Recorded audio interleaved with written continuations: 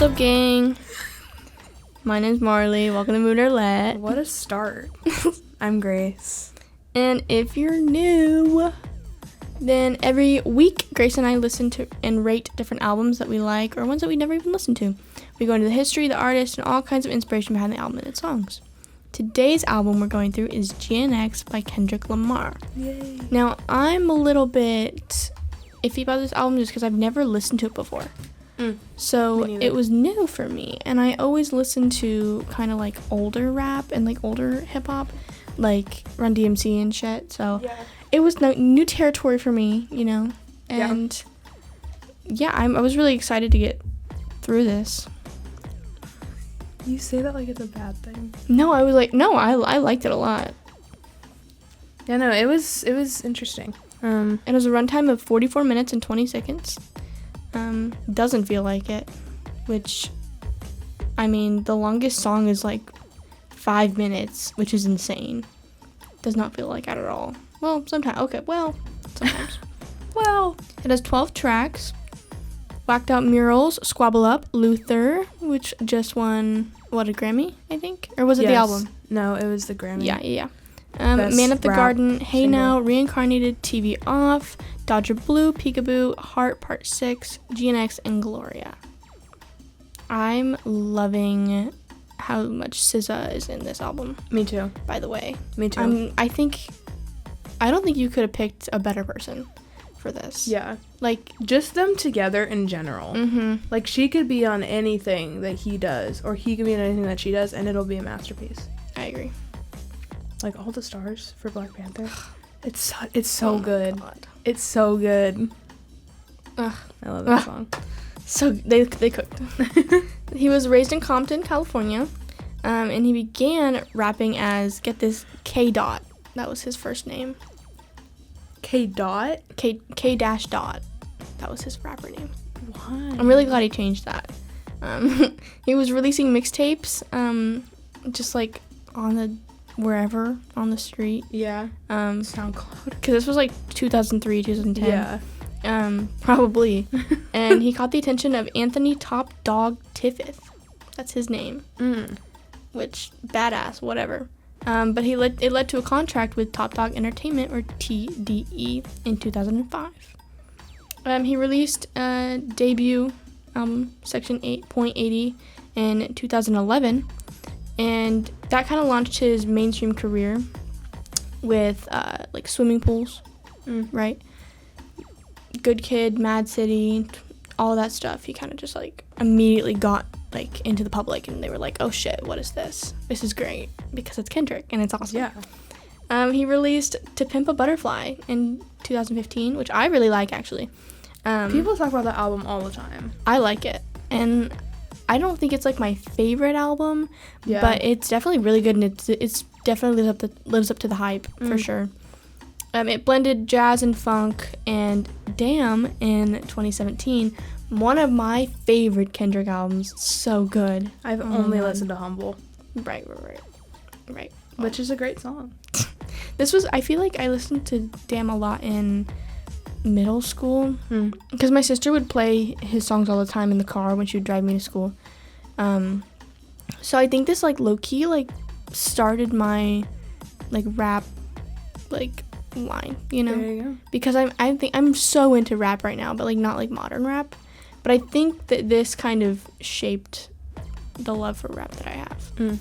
But he was the first rapper to win the Pulitzer Prize for music for Damn.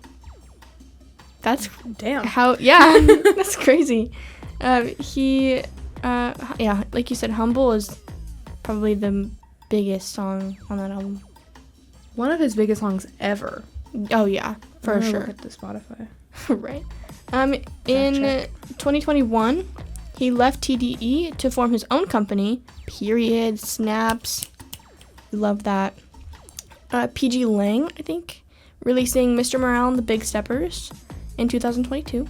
And in 2024, his feud with Drake. It's number 5. Humble's number 5 on Spotify with over 2. It's 2.8. Let me guess. Not Like Us is 1. No. What's number 1? All the Stars. Oh yeah, that's true. But Humble has 2.8 billion streams. Damn. All the Stars is 2.9. So it's all pretty close. Well, Then why the hell is Luther and Not Like Us next? Because they have less. pissed. Weird. I guess because they're kind of like, I guess they're kind of newer. Like, they're not, but they are. Yeah, because this album came out In 2024. 2024. It was a surprise album. Yeah. Like, they literally... I remember people freaking out about Well, it. yeah, because he didn't have any promo for it at all. And then guess what? He literally posted on Instagram or something, 30 minutes before dropping it, like a teaser. And then Yes, people I were like, remember what the this. fuck is this? Yes. And then it dropped, and we're like, what? Yes, Hello? I remember that. It's a little weird. I remember my friends talking about I don't know that. why he did that. I mean, whatever. I think that's the most fun. No, 'Cause yeah. Taylor Swift did that. I woke up one morning to a Taylor Swift album in 2020. When did she do that? It was Folklore and Evermore. But Folklore, she just randomly dropped. It was the same with Evermore, Right. but, like, it was like, oh, okay, this is happening again. But, like, I literally woke up one morning and my mom was like, did you listen to the Taylor Swift album? I was like, what? Oh, I can only Huh? hope. I can only hope. Yeah, you're never gonna get that. I'm never gonna. Maybe for Joe. You're never gonna get that. 2 years after the release of GNX in 2024, he broke the record for most Grammy Awards won by a rapper, having racked up 27 Grammys, 2 more than the record previously held by Jay-Z. How insane is that? Go Kendrick. 27. The fact that Jay-Z held that record is absolutely insane. Yeah. Like, out of every rapper. Yeah, yeah, okay. Yeah. I have Jay-Z is interesting. I have a lot of opinions on Jay-Z, but I won't share them I here. agree. And it's not even about his music. But I have a lot of opinions on that man. Yeah. It's okay. We can talk about that at a different time. We can do a Beyonce album, and I can Oh just my god. let out all my Thank you to opioids. Beyonce. Thank you to Beyonce. Thank you, Beyonce. Let's keep going. I don't think I have much more to say, but he has 11 Grammy nominations, which a lot that he was snubbed for. Okay, I remember watching the Grammys this year. Or not this year, but last year. Technically last year. Was it this year?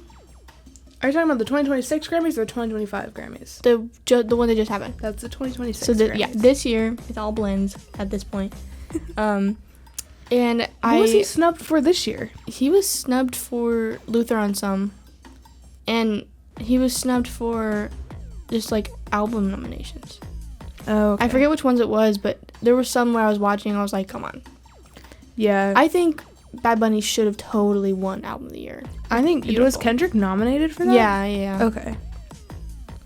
I think we had talked about that. I was like, it's either going to go to Kendrick or Yeah, Bad Bunny. we were like, we'd be happy. But I think we all knew that Bad Bunny was going to win. Just because, Well, also because of, like, the Super Bowl just happened, you know. No, the Super Bowl was coming up. The Super Bowl was coming up, so, you know. It was January like, when the everyone Grammys was, happened. like, anticipating. It's a great album. Yeah. You know, totally deserved. Yeah. Super Bowl. He did the Super Bowl, which we all know. He did it twice. Yes, he did it twice. He did it with Snoop Dogg, Dr. Dre, Mary J. Blige, and a bunch of other hip-hop stars in 2022. And that's kind of when he released his 5th album. But that was amazing. I mean, sorry. That's like one Dre, of my Snoop, favorite. Kendrick, Mary J. Blige, and a bunch of Hello. That's one of my favorite Super Oh my Bowl God. halftime shows. And I don't even like rap that much. I was like, this is so good. And I thought it was interesting. In GNX, he has the Heart Part 6, and it's like very consistent with a lot of the other songs where it's like the Heart Part 5 and like a different album. And I think that's so cool. I've never seen that before, and I like that a lot. Now to the inspiration and themes. The album's title and cover art refer to the 1987 Buick GNX, which I think, if you know cars, you were probably like, oh, this is probably what it is, but I don't. So shut up and listen. Only 547 were produced, so it is kind of rare. Yeah. And he has a personal connection to this vehicle from the 2012 interview that his father brought him home from the hospital when he was born in a 1987 Buick Regal, while listening to Big Daddy Kane. Wow. That's a name. Big Daddy Kane. Now, it's pretty consistent because 87 is his birth year and also the Cars release year, so it's kind of like a Taylor Swift kind of like 1989 kind of thing, where it's like, you know. Yeah. So it's like basically called 1987. Right. When you think about it. It's considered to be a love letter to Los Angeles, which I don't know why you would ever do that, but okay. Well, he's from Yeah, but would California. I ever write an album about a love letter to Indiana? I mean, maybe. He but only gets away with it because it's a city. And LA is much cooler. Exactly. Like, if you were like to Beastie Boys Indiana, did a love letter to New York City. Yeah. Like, And it's I'm a cool like, city. It's a cool city, but like I can't do love letter to Bloomington, Indiana, love letter to Columbus, hello, Zionsville, hello. I mean, like, Michael Jackson wrote, like, the Jackson 5, Back to Indiana. Yeah, but It's a banger of a song. I love that song. right. I'm going back to Indiana. It's in played. Turbo. It's played after every fucking game ever. I love it. After the Natty, it was like they played it so much. It was insane. I love it. GNX does not directly mention Drake, but it definitely acts as a follow-up to the rap feud. It's very cool and calculating. It's more of like, I think it's more of like a victory lap. Like, he's like, it's not like us where it's like just aggressive fighting. Yeah. Like, I feel like this is where he's like, I won, bitch. Yeah. Here's the whole album. Mm-hmm. You know? Well, we knew he was going to win. Drake had no Oh, shot. 100%. People that say, like, to choose Drake over Kendrick, I don't trust you. No. And I hope you die. Right. Anyways. Naturally. He includes themes of pride and redemption. Songs with Luther referencing to the desire to burn down the current rap landscape and to rebuild it, which I like a lot. I think that's great. It was kind of like, this album was in development for a while, which you see a lot with a lot of albums. But it was kind of laid in early 2022. Oh, wow. And kind of finalized in 2024. That's insane. Yeah. Now I have Not Like Us stuck in my head. Right. Well, we should do that next time. Yeah. Okay.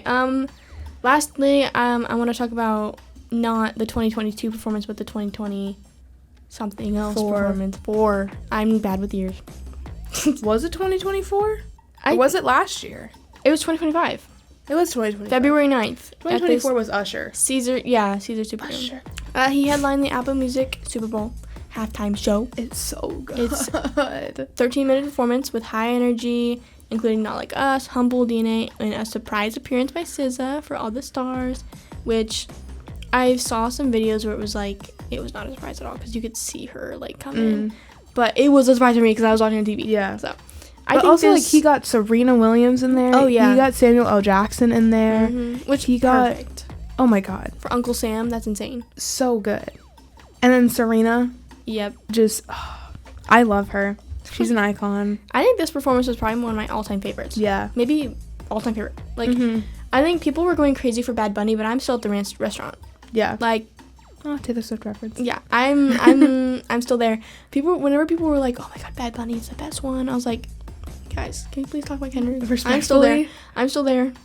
Like, I liked Bad Bunny's. No, it just it wasn't was my great. favorite. Yeah, no. Like, it was very good. Probably like top 10. Yeah, it was like Usher. Like, Usher's was great, but well, I'm just like saying, like, Usher's was great, but it wasn't like Usher's could have been so much better. I agree. I'm loving the roller skates, but I did see a lot of TikToks like the next day where it was like, get ready with me when I have a goose egg on my head because I fell off the stage from the roller skates. That's insane.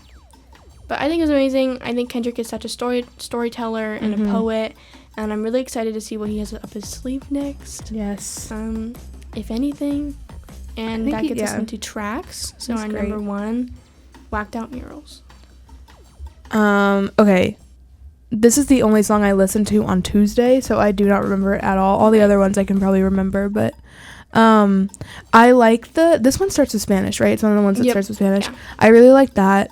There's like these crunchy harmonies in the choir, which is really cool because it's not this like melodic, perfectly placed harmony. It's very rough. There's also a cello, which is great. And like there's this really good like bassy synth that's a part of it. He has great flow as a rapper. Like, I think, and I don't listen to a lot of rap because I think a lot of rap is very aggressive. And while I do like people getting mad in their recordings, sometimes I can't listen to it all the way through. But I think that Kendrick, his voice is so smooth. Like, you can't hear any cigarette damage to his lungs. And I'm sure he did drugs. Actually, he talks about it. I'm sure he's, you know, done all that kind of stuff. But you can't hear it, which is nice. And good for him. And it doesn't get boring. Like, his rapping never gets boring, in my opinion. He's very good at keeping that flow, having lyrics that are interesting. Like I said, he's a storyteller. He's a poet. Yeah. He knows how to bend it on. Which is what rap should be. Rap should be storytelling. I think he's not such a good example of an amazing rap artist. Like, modern. Like, I think, I talk about this a lot, but I don't listen to modern rap, but I do listen to Kendrick. And I think that says a lot. He also, like, his voice starts lower and it kind of gets higher. It's very gradual, and it's not like he goes from, you know, like a bass to a soprano, but his voice, he pitches it a little bit higher as it goes on, which is nice, and it gets louder.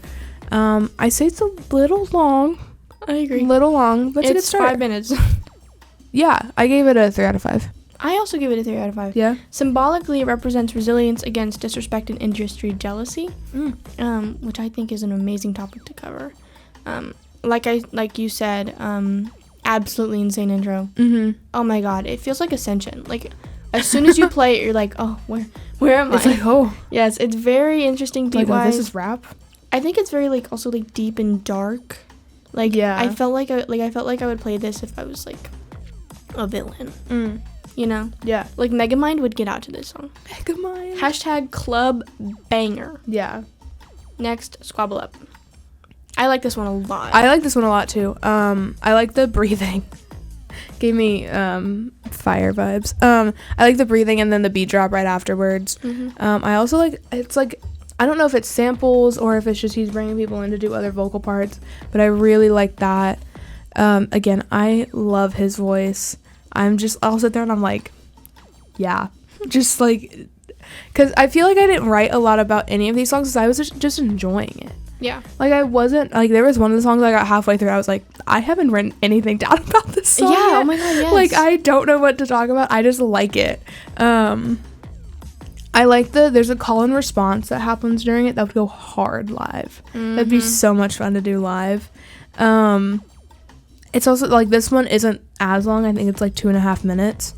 So it's, like, that's really nice because I can't listen to rap for that long. Yeah. I really can't. I try so hard. And as soon as we picked this album, I was like, this is But the thing is, I've gotten more into rap. Well, because we come from Luke Combs and then we go to GNX. Like, that's insane because I hate Luke Combs, but I love GNX. But it's like, I mean, every day I listen to, like, August D and, like, his stuff. And, like, I mean, he's essentially the Eminem of Korea. Like, I love him. Right. That's Suga from BTS. Yes. Yeah, but this one was good. I gave it a 3.5 out of 5. Okay. I gave it a 4 out of 5. Okay. I really like this song a lot.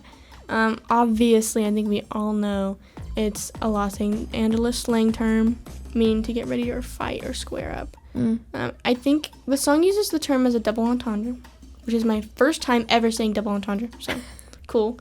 It also implies a readiness to dance or take the dance floor, and it blends themes of West Coast culture, confrontation, and celebration. I really only I didn't really write a lot of this like stuff, but all I said was #loving this. Like you said, it was like really hard to. It's really hard to write about it. Did you watch the music video?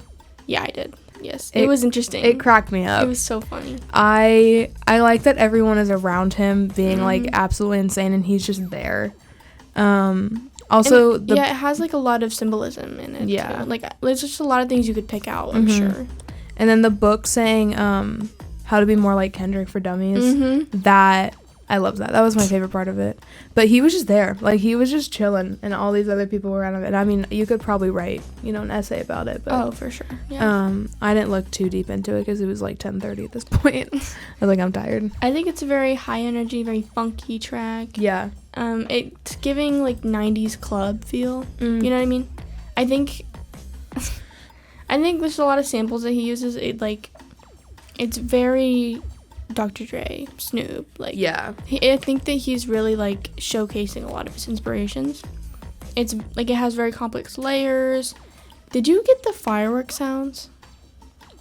No. There were a lot of, like, just random-ass sounds in here. I love that it's bass-driven. I love a bass. Yeah. Very synth-heavy. And it kind of has, Wait, have we moved on? No. Okay. No. I didn't think so, but I was like, wait, what are we talking about? No, I think it kind of has a lot of, like, flow changes, too. Yeah. Which I like a lot. But I don't know. It's nice. It's kind of like... It's nice. It's nice. It's aggressive delivery, but, like, a chiller mood. Yeah. And I think that's very, like, consistent with this album. Yeah, for sure. Number 3, Luther.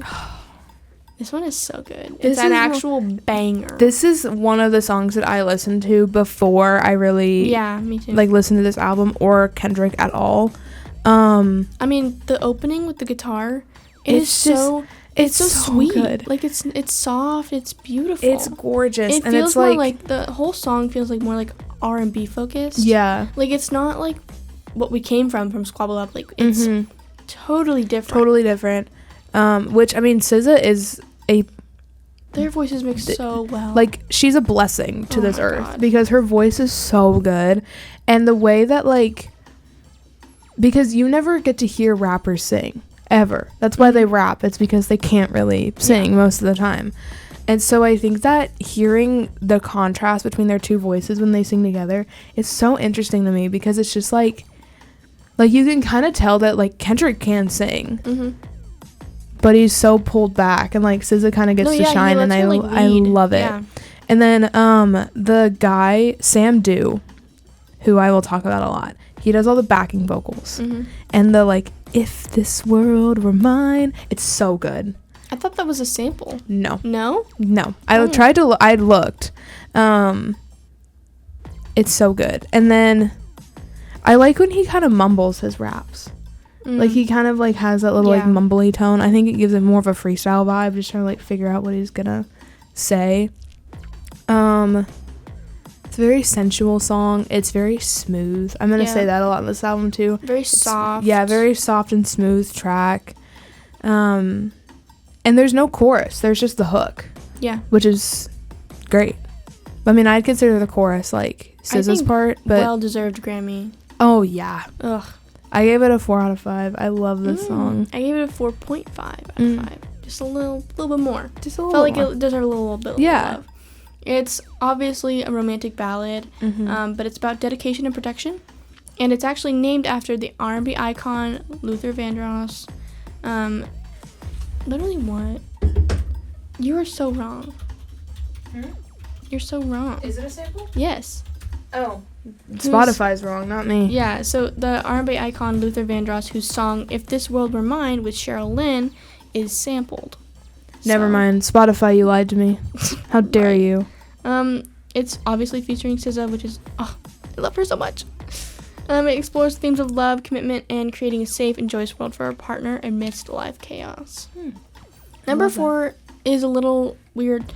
Man at the Garden. I've heard a lot about it, and I've heard a lot of people say that this is like their favorite song. I love this song. Really? I don't really like this one. I really liked it. I loved the bass.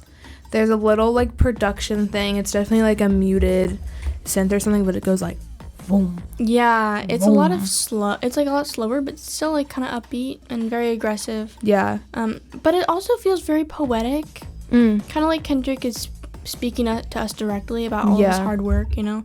And I don't think he's being braggy at all. No. I think he's just finally recognizing his greatness.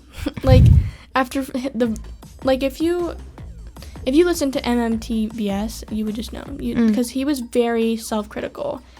And so I think in this album, he's very like, you know what? bitch, I know what I'm worth. And I think that's great. I think another thing is, like, at the very beginning, it's just his voice and the tiniest bit of production. And then it grows so much, and he gets this, like, anger, and then he pulls back. And it reminded me of the Angela meme from Smosh, where she's like, that's unfair. I'm an adult. Like, calm down. Like, he gets very angry, and then he, like, kind of pulls back. Mm-hmm. Yeah, I give it a 3.5 out of 5. Okay, I gave it a 2.5. Okay. Interesting. Not my cup of tea. But it's a shift towards self-acceptance and spiritual peace. Highlights the sacrifice made, obviously, and the integrity maintained to reach the peak of his career. Nice. I think this song could have been more. That's why I rated it so low. I think it's still a great song. I wouldn't play it in my free time. I don't think. Hey Now, number 5. This one's kind of really, in my opinion. I think this one's so good. No. It's like a confident anthem focusing on personal wealth, success, and established importance in the rap game. I think it's really raw. I love the echoey bass and the snare pattern. I did say there was cool production. I like the production. It feels influenced by Not Like Us, this song. Okay. It feels like kind of same side of the coin. Yeah. Is that what they're saying? Mm-hmm. I love the ending.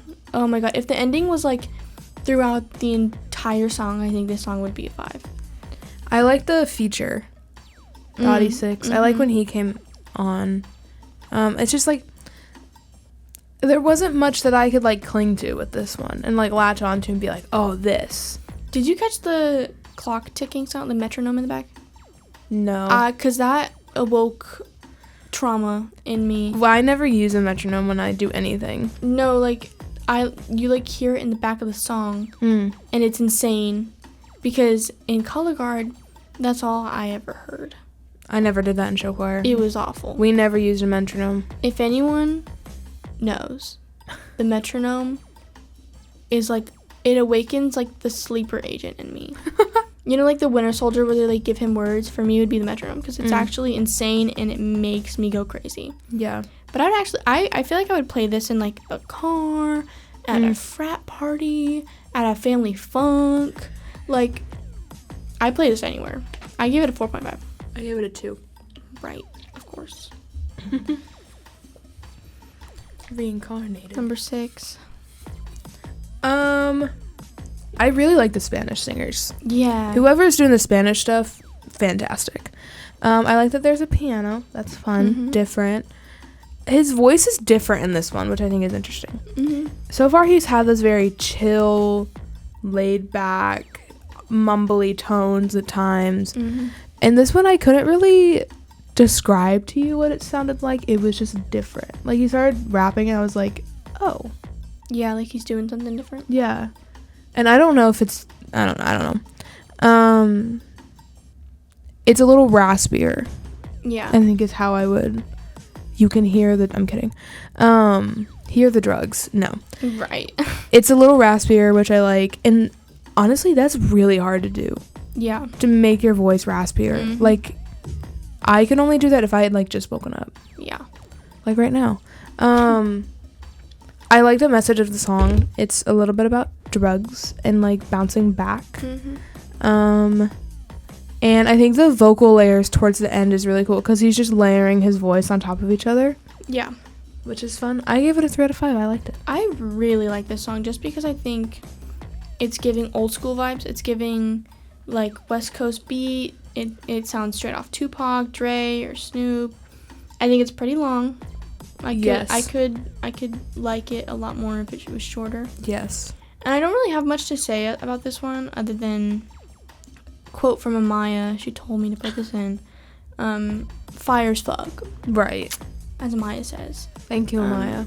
I feel like I don't really understand this song, maybe because it's so lyrically dense, but it's an introspective track using the metaphor of rebirth to explore personal evolution, identity, and the weight of artistic legacy.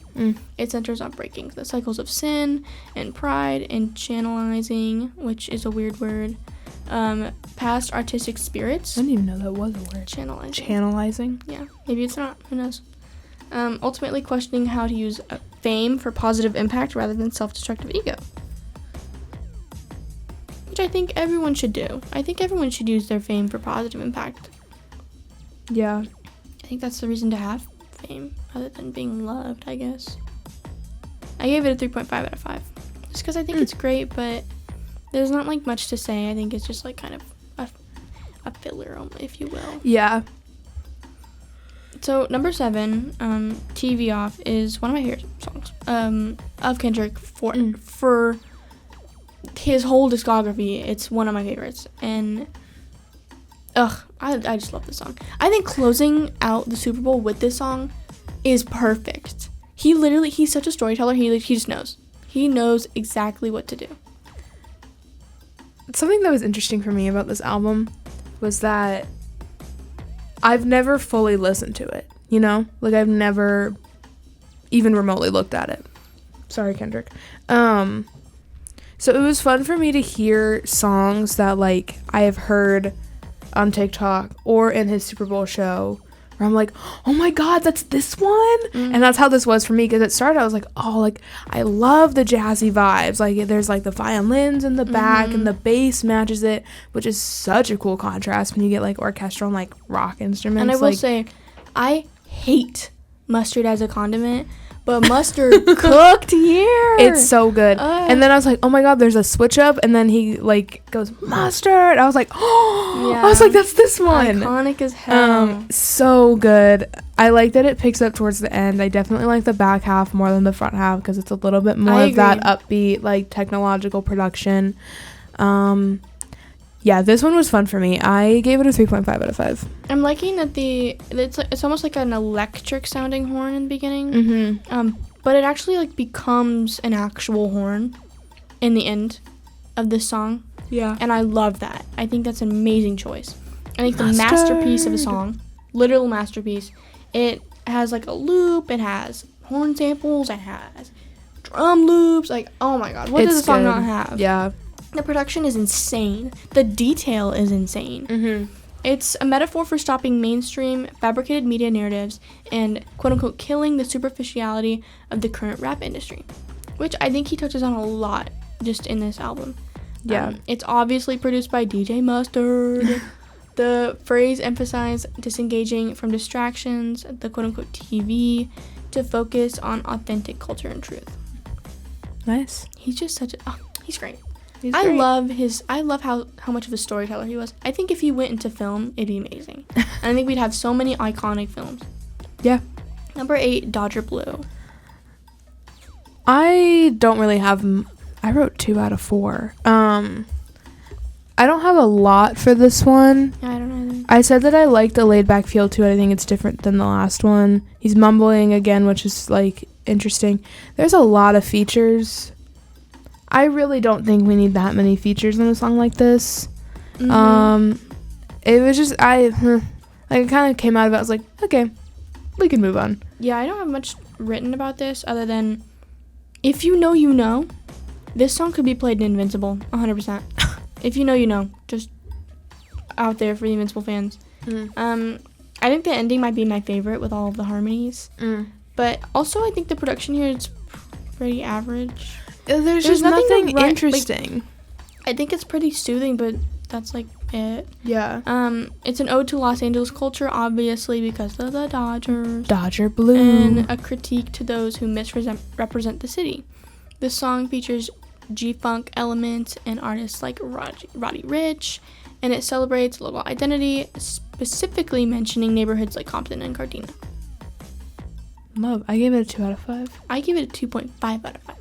So just a little bit more than you. You always have that 0.5 ahead of me. Well, I just feel like it just needs the extra. It just needs the extra love, you know. Okay. Number 9, Peekaboo. It's a direct diss track. It's the Not Like Us beat. Yep. Using the child's game as a metaphor for exposing, hunting, or popping out at rivals, particularly targeting Drake. Yeah. I had a moment during this song where I was like, wait, is he using the same lyrics from Not Like Us? Because obviously the TikTok sound where it's like bing bop boom boom boom bop bam. Yeah. The type of shit I'm on you wouldn't understand. Like, I thought that was from Not Like Us, personally. And then I was like, wait a second, like, I went a little bit crazy. I was like, this has to be from Not Like Us. This has to be from Not Like Us. I listened to the entirety of Not Like Us, and I was like, okay, it's not here. It's just from the song. Yeah, it's just the same beat. Yeah. It's just the same beat.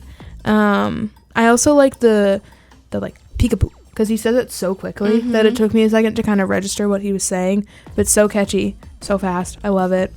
I also like the back and forth between him and, is it AZ Shaik? Is that how you say his name? I think so. I have no idea. Whoever's featuring on this song, there's like a little bit back and forth between them, which I like. The song's catchy. The beat is also very catchy. But I think that since Not Like Us is so iconic, that this one takes more of a backseat. And it just doesn't feel like as cool. Okay. In my opinion. I still gave it a 3.5 out of 5 though, because I really liked it. I did too. Yeah. I think it's very high energy, very rhythmic. It's also repetitive, obviously, because of the chorus. But I'm loving the production on this song. Jack Antonoff and Mustard. The fact that it's absolutely I looked at it, I was like, oh my god, it's Jack. I was like, I love Jack Antonoff. It's so catchy. I would definitely add this to my playlist. I think it's one of the shorter songs. Yeah, it's the most intense. Very aggressive, but I think it's also really fun. Yeah, I liked it. Heart Part 6. Part 6. I wrote that down too. I was like, 6. Damn. But you said, did he have other? Yeah, he had the Heart Part 5 in a different album. Okay, so he doesn't follow the normal thing where there's a Part 2 and there's not a Part 1.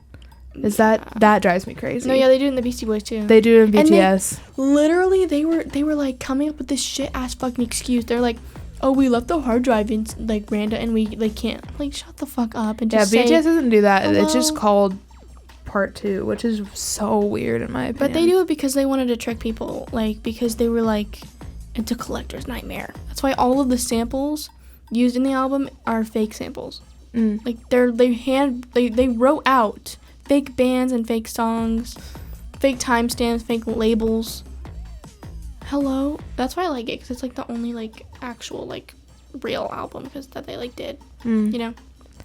Yeah, I don't know why BTS has Part 2s and not Part 1s, except for Augusty. He has a song that has a Part 1 and a Part 2, and the Part 2 is so much better. Hear me out. I think this song is kind of like a lo-fi vibe. Yes. Yeah? Okay. I said it had like dreamy production, like lo-fi. The backing vocals are gorgeous. Whoever's on those backing vocals, give them a Grammy. Another very like kind of sensual song. Like, it's very soulful. Very soulful. It's another one of those songs where I'm like, okay, like, if I was on drugs, this is what my brain would feel like. You know, that very relaxed. I think it's relaxed, but also you could play at the club and I'd get down. Yeah. Drugs. Right. It does not have to be 5 minutes, though. I agree. I don't think any rap song should be longer than 3.5 minutes. Hot take. Dude, I hate old school rap. It's like 10 minutes. No. If we ever do Grandmaster Flash, nope. Like, they have like, I think Rapper's Delight which is Sugar Hill Gang, but it's like 11 minutes. Nope. Body Rock is like 10 minutes. Sheila E. has like a 10-minute song. I'm like, what is this shit? Like, yeah, that's a no for me. The message is 10 minutes. That's insane. Nope. Who is just cranking out this shit? I gave Heart Part 6 a 2 out of 5. I gave it a 3.5. Okay. I think it's really nostalgic, yet it doesn't make you feel sad, but like more like solemn. I think it's one of the best written songs by his coming up. Really? That's why I gave it a higher ranking. But it's a reflective, appreciative ode to his roots. TDE, the entertainment record that he was on. And then his career journey. It serves as a kind of like a nostalgic look back at his early career, acknowledging key figures who helped him out, while reclaiming the quote-unquote Heart Series title in other places. We're getting towards the end. 11, self-title, GNX. I was kind of disappointed. Yeah, this was kind of a letdown. Disorganized. I'm loving the staccato beat style. I like the production on it. It's kind of long. It's different than what he had been doing previously. I don't know. I don't think there's really anything interesting to say about the song. I think it's a regular Kendrick song, and I don't think there's anything really special. There's a Lizzie McGuire shout out, though. Right. He said that, and I was like, oh, he watched Disney Channel. I love Lizzie McGuire. Lizzie McGuire, you are an outfit repeater. Yeah, but have you heard about her latest shit with Meghan Trainor and all that shit? I don't care about Hillary Duff. Lizzie McGuire. Right. That's my childhood right there. What's her quote? She's like, and that's my life. Yeah. Like, thank you so much for joining me. I hope you enjoyed because I know I did. Right. No, Gen X, I gave a 2 out of 5. Me too, yeah. Which is probably only because of the Lizzie McGuire shout out. Yes. Okay. Our last song. Wow, we got through this fast. Number 12, Gloria. This one is... Sorry. Don't ever do that again. Don't ever. Dude, you just besmirched Kendrick Lamar. I hope you know that. No. We're done. We're done. We're done. Okay. I can't believe you just did that. I can't believe you've done this. That's what I was thinking. Anyways, it's a metaphorical ode to his writing ability, or quote-unquote pen, rather than a literal romantic partner. He personifies his craft as... It literally says in here... This is like an interview where he's talking about it, and he says... It personifies his craft as a woman. Kendrick, what... Kendrick, what are you on? You know you're not... Okay. Yeah, it's 2026, whatever. Anyways, it's a lifelong relationship with creativity, and it acts as a therapeutic healer and a source of intense pressure, which I think is just the music industry as a whole. But we got SZA back, okay? Yes. Literally, I think this is one of the best outros on an album. I think it's great. Really? I think it was a great outro. With bringing SZA back, of course. I think bringing SZA back, yeah, but out of outros, I don't think it's that great. Really? Okay. I think it's one of the most underrated songs off the album. It's very indie folk, loving the guitar and the piano. It feels very intimate, yet cinematic, like I'd put it in a movie for sure. Yeah. I think it's beautiful. It's very soft, and I feel like you could loop the song, and you wouldn't even realize that it stopped. I gave it a 3. I also gave it a 3, but I like that it's just like all vibes. Yeah. You know? Like both of his songs with SZA are all vibes. Her voice is just so good. Like I think she's so underappreciated as an artist because her voice is incredible. It's beautiful. Like, and I mean when she performed at the Super Bowl, yep, I like almost ascended. No, yeah, but like, also since it was a surprise to people like watching at home, it was like bumping. Yeah. It was so good. I like the build. I kind of wish there was a bit more of a drop, but I also like that there wasn't, just given like the song structure. The fact that this is the closing song is in my opinion. Right. I think it should have been TV Off. Okay. Yeah. Personally. Yeah, I could see that. I think that's the one he should have ended with. That would have been great if he ended on that. I think if this one was in the middle, I would have felt the exact same about it. Yeah, I agree. Like, nothing is added to it because it's a closer. And I think SZA makes the whole song. Yeah. I think her part is the best part. This song was actually recommended to me by one of my friends back home, because for my grad party, I had a box where people could write down song recommendations, and I'd put them into a playlist, and it would be like, this is my, like, summer playlist. And this was the song that he recommended. I had some weird recommendations out of that, like King Gizzard and the Lizard Wizard. Thank you, Chris, for that one. Right. Yeah, but this was one of them, and I was like, I remember listening to it once, and I was like, oh, okay, like, And then I found Luther right after. I was like, you should have recommended this one to me, because, like, that would have been so much better. But I gave it a 3 out of 5. Like, it's fine. Yeah, I agree. It's not great. I agree. What is your overall rating of the entire album out of 10? I gave it a 6. Okay. Which I think... This is kind of going to be like a Pink Floyd moment for me. I love Kendrick. I think he's great. I think he's a musical genius. He's a lyrical genius. He's just a genius in general. Did you see that he used to go to psychology classes at a college to understand, like, how it works? And he was going to, like, use that. He's great. But I think he's he's the best rapper of our time. I agree. Like, this generation, he's the best. Mm-hmm. Although, like, throughout history, I don't know. But yeah, I just think the album, I wouldn't personally listen to it on my own, but if someone put it on, I'd be like, oh, I love this shit. Yeah. Like, I would be bumping. Yeah. Like, I was hanging out with friends the other night, and, like, they put on one of the songs from this album. I was like, oh my gosh, like, this is great. Like, this is so good. Yeah, it's just, like, I wouldn't listen to it in my free time, but it's a fantastic album. 6 out of 10. Okay. I gave it an 8.5. Okay. I well, love it's more this your album. speed. Yeah, I love just rap music in Yeah. general. And I love, I'm very the target audience for rap and hip hop. I think I heard it in a movie one time, but they were like, you know who you're singing for. It's about this girl who's singing rap, and she's trying to be really aggressive and, you know, trying to sing to people like her. And this guy comes up to her and is like, you know who you're singing for, right? You know who your audience is. She's like, yeah, like, my home's back home, like, you know, whatever. And he's like, no, white kids in the suburbs. That's what they love. I was like, oh my God, I'm called out. I was literally called out because I love rap and hip hop, and I am a white kid in the suburbs. Yeah. That's you insane.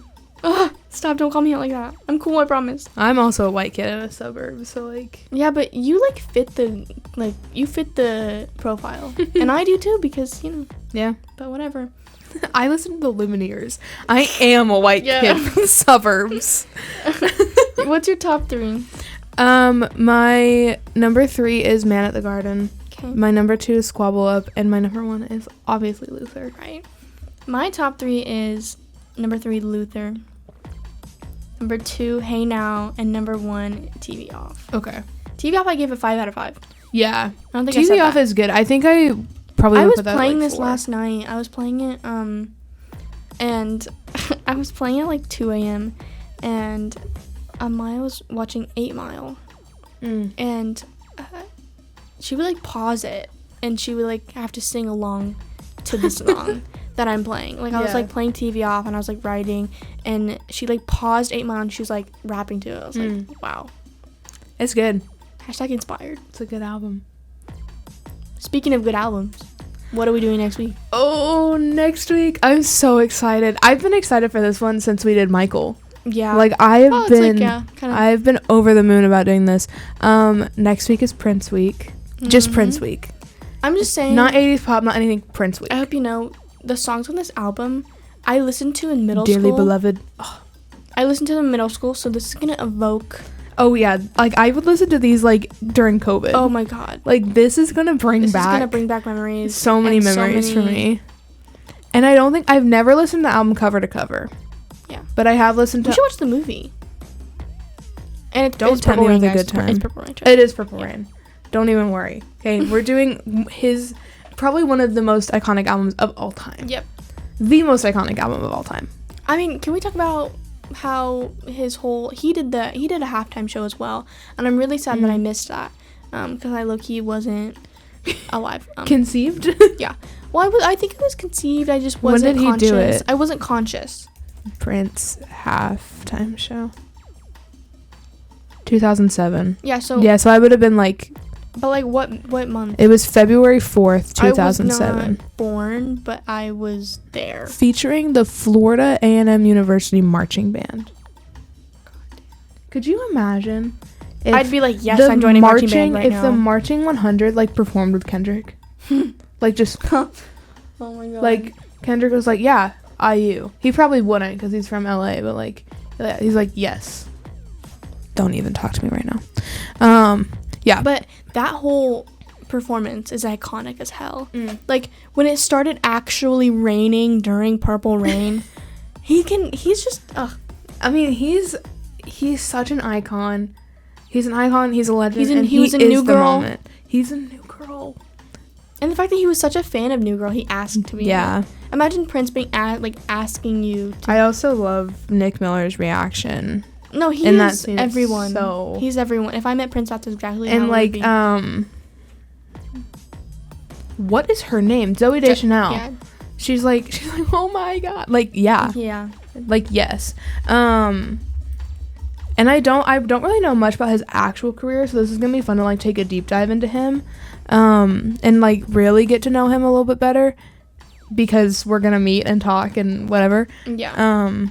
But like I know he's an icon. I know he has iconic songs. I know this album, and I know he had that like feud thing with Michael Jackson. Oh, we have to talk about that. Yeah, we'll talk about that. But other than that, I don't really know much about him. I don't know where he's from. I don't know. Yeah, I remember when he died. He died in 2012. Yeah, I remember when that happened because I was in my living room and we were watching the news, and I just remember like them circling his house, and I for the longest time I thought that he died because of an elevator, because he died in an elevator. Yeah. So I thought it was because he got stuck and died in there. So I was scared of elevators for the longest time. Marley never goes in an elevator ever again. But then I realized that's not at all what happened. Yeah. Which we'll cover, I'm sure, next week. Yeah. But yeah. Yeah, but I'm really excited. We also only have 2 episodes left. That's insane. And then we're done until fall. Guys, I'm not ready. Which we're gonna have to talk about that during the last episode, but we got a lot coming for next season. Yeah, I think we already have some planned. I think about it constantly, actually. I'm like, how can we make this better? Yeah. Than what we're doing right now? Well, that's like, I feel like that's just growth. Yeah. That's like... we have to change it. Yeah. That's what... We have to change it. Okay, Grace. I don't think it's that bad. No. I think, yeah. I have a lot of ideas. I do too. Plus, we'll be on the radio. Yeah. Hopefully. Exactly. So, if you're in Bloomington, catch us on the radio. Tune in, bro. And we'll see you next week for Prince. Yeah. I'm so excited.